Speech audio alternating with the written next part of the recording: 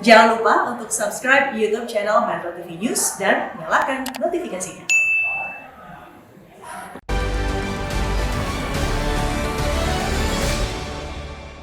Dipersembahkan oleh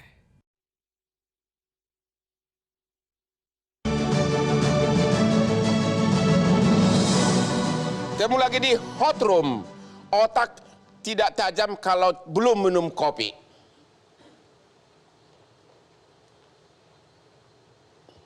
Mantap. Pak Marzuki tadi belum dijelaskan kerjasama Bapak dengan ACT apa? Jangan-jangan Bapak juga ada manfaat uang? Jadi kerjasamanya dalam aktivitas sosial. Ya. Contoh misalnya ada petani ketela di Mojokerto. Ya. Pada saat panen harganya dijatuhkan. Oke. Nah, jadi kita minta bantuan ACT bagaimana hasil produk dari petani ini dibeli oleh ACT. Ya. Nah, dengan dana yang kita nggak tahu, pokoknya dibeli oleh ACT, kemudian ketelanya dibagikan kepada masyarakat dan petaninya tertolong. Ya. Itu satu sisi. Kemudian ada banjir di Jawa Timur, banyak kali banjir. Dan kita kirimkan bantuan berpuluh-puluh truk bantuan. Itu artinya apa? Mereka berada di depan sebelum pemerintah turun ke bawah. Ya. Artinya kemanfaatan ACT ini sangat luar biasa, terlepas ada persoalan tadi, pemanfaatan misalnya dana operasi yang berlebihan, ya silahkan proses. Menurut pengamatan Bapak, ada nggak indikasi penyelewengan dana tersebut sesuai bagaimana ditulis di Tempo? Kalau saya menyampaikan ada indikasi, saya harus tahu dulu. Oke. Sumbernya atau apa, kita nggak bisa hanya mengambil dari media tertentu langsung kita sampaikan, kita publikasikan. Itulah yang terjadi di negeri kita ini. Satu media yang jadi sumber berita nasional itu yang viral, akhirnya apa?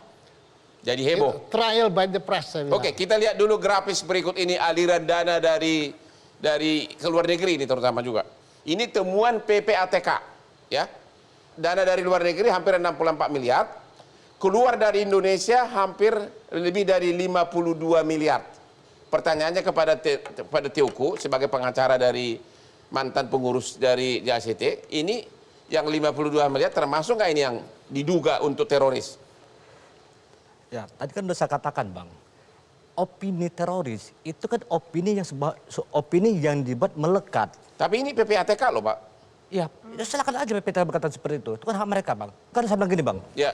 Kalau kita berbicara sebuah lembaga, Bang, ini mungkin ada dua hal kepentingan, Bang. Ya.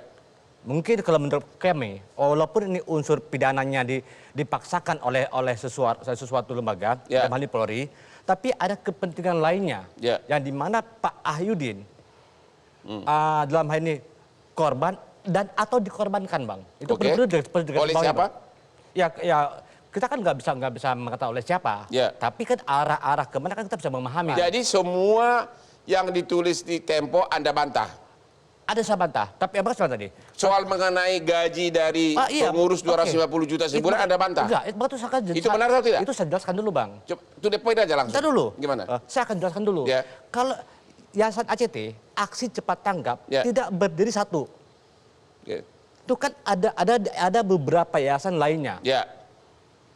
Kumpulan akumulasi dari beberapa yayasan ini yang didapatkan itu menjadi bukan gaji, Bang, ya, semacam kayak operasional.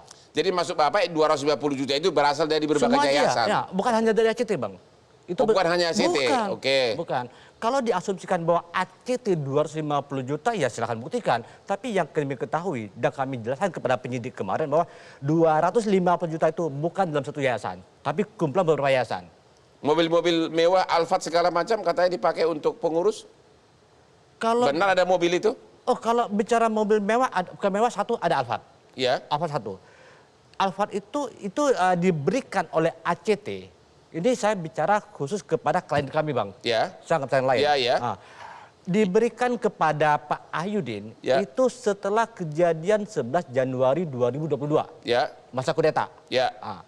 Pak Ahyudin pada hari itu dengan digeruduk dengan berbagai kurang lebih hampir 40-50 orang lah. Itu oleh Pak Ibnu CS. Itu dipaksakan untuk keluar, mengundurkan diri dari yayasan dan yayasan lainnya. Oke. Itu tanpa diberi kesempatan membela diri, apa salah saya? Kenapa dikudeta? Nah, itulah yang jadi pertanyaan. Berarti Bang. ada dugaan permainan uang atau gimana? Tidak ada, Bang. Jadi kenapa dikudeta? Tidak, itulah yang jadi pertanyaan, Bang. Enggak, menurut Bapak kan pengacaranya. Oh iya, pertama kalau menurut analisa kami, Bang, Ya. ini karena ketidaksenangan aja mungkin, karena mungkin Pak Ayudin mengontrol, kan dia kan mentor, Bang. Dia kan mentor. Dia hanya membuat program. Ya, oke. Dia hanya membuat program. Jadi Bapak membantah hampir semua bahwa tidak ada penyalahgunaan dana talangan melebihi 10%. Sejauh ini saya mengatakan tidak. Oke, tugas pengacara memang begitu. Ibu Yenti, ini kan ACT itu adalah termasuk lembaga terbesar ya, yang selama ini sudah punya reputasi. Ya. Bagaimana Anda melihat ini untuk jangka masa depan? Bagaimana lagi orang percaya termasuk dari donatur-donatur dari luar negeri? Tanggapan Ibu gimana? Ya justru sekarang ini adalah apa ya? Apa yang harus dikritisi? Momentum. Ya harus dikritisi. Pertama juga saya berpikir 10% itu juga terlalu tinggi. Harusnya kan misalnya 100% oke, Yeah. misalnya 100 juta ke bawah. Kalau udah triliunan ya jangan, ya kan? Karena penggajian itu juga harus ada aturannya. Dan kemudian harus ada ya pembahasannya. Apakah memang para donatur itu memang rela bahwa apa yang didonasikan itu 10% untuk operasional, termasuk untuk gaji, kan gitu ya. Ini juga, kita mengundang Kemensos sama dari kepolisian Ya. juga, tapi berhalangan datang. Ya. Menurut Ibu, sebaiknya bagaimana peranan dari Kemensos untuk mengawasi? Ya harus ada pengawasan dari Kemensos, juga harus pengawasan. Terus kemudian harus ada bagaimana ya dari para donatur itu, tadi saya disebutkan harusnya mereka mendapatkan juga laporannya untuk kepada siapa-siapa saja. Kalau tadi Ya. kan misalnya dapat dari luar negeri Ya. ya, dapat dari luar negeri tadi 64 miliar, yang keluar 52 miliar. Ya. Ya kan ada selisih 12 miliar misalnya, itu selisihnya kemana? Jadi audit tetap harus di mana bisa diakses Oke. oleh publik. Nah itu. Termasuk Kemudian, ada dana dari korban Boeing, kecelakaan Iya. Lion. ya, kalau saya melihat yang belakangan ada Lion itu ya dari Ya. Boeing itu nampaknya sementara ini adalah kejahatan asalnya penipuan menurut saya sih ya, karena kan memang itu CSR kan harusnya ya. Ya. Sepertinya kan kayak ACT jangan dong pegang juga CSR. Serahkan aja perusahaan yang CSR itu juga harus diatur gitu. Kan ini Artinya kan bukan penggunaan tugas dana. dia begitu? Bukan tugas dia. Kenapa sampai kepada dia? Kan pasti ada iming-iming, ada janji-janji, kemungkinan kan seperti itu. Kemudian uangnya masuk ternyata tidak untuk semenuhnya untuk itu. Itu kan penipuan. Pak Sudaryatmo, Bapak kan Yayasan Lembaga Konsumen Indonesia. Ini kan sebenarnya tugas kalian. Kok tadi Bapak kayaknya nggak punya data apa-apa tentang kejadian ACT? Kenapa kok bisa yayasan yang Bapak pimpin dari tadi kok jawabannya terlalu umum? Ya, jadi waktu itu sebenarnya kenapa kita melakukan riset itu dalam konteks bagian untuk mengedukasi donatur sebenarnya. Bagaimana? Riset tahun berapa? Ya tadi 2013 itu. Ya ini kan sudah 10 tahun Pak berlalu. Yang terakhir ini Bapak nggak awasi sama sekali. Kita sejak 2016 itu fokus ke bagaimana kerangka regulasi itu yang diperbarui dengan membentuk koalisi untuk melakukan perubahan Undang-Undang Nomor 9 Jadi tahun 61. Yayasan JLKI sama sekali tidak pernah memantau apakah para konsumen ini menerima bantuan itu sesuai dengan apa yang diterima oleh ACT? Yang kita lakukan adalah melakukan donor education, donor edukasi. Jadi bagaimana penyumbang itu punya hak.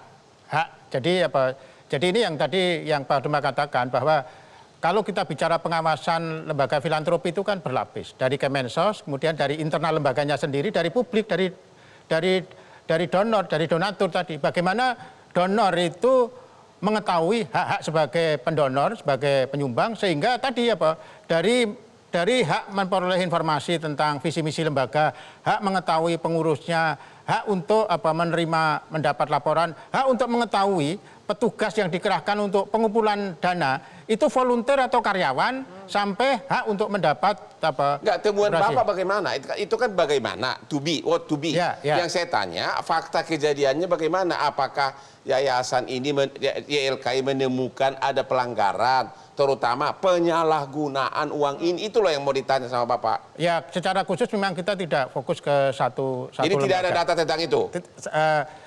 Tidak fokus ke satu lembaga, tapi umum bagaimana YLKI punya harapan membangun ekosistem praktek filantropi yang kondusif gitu. Oke, kita istirahat lagi. Kembali setelah yang berikut ini.